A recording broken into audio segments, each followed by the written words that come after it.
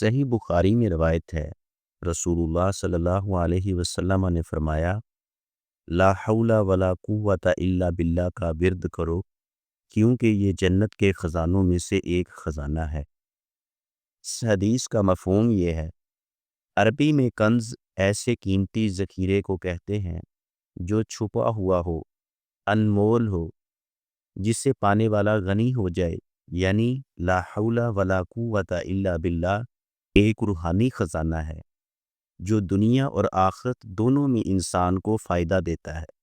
یہ ذکر ایک ایسی حقیقت بیان کرتا ہے جو ایمان کے گہرے یقین کو ظاہر کرتی ہے۔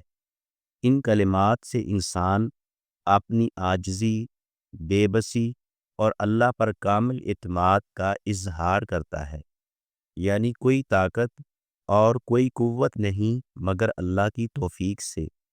اس ذکر کے ذریعے انسان اپنے دل کو اللہ سے جوڑتا ہے، تمام طاقتوں سے بے نیاز ہو کر اللہ پر بھروسہ کرتا ہے۔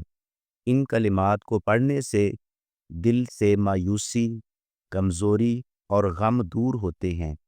اعتماد، توکل، صبر، امید اور ایمان میں اضافہ ہوتا ہے۔ انسان کو دنیاوی اور روحانی طاقت ملتی ہے۔ لا حول ولا قوت الا باللہ کو جنت کا خزانہ اس لیے فرمایا ہے کیونکہ یہ دل کو توحید، توکل، صبر، امید اور اخلاص سے بھر دیتا ہے، اور یہ صفات جنتیوں کی علامت ہے۔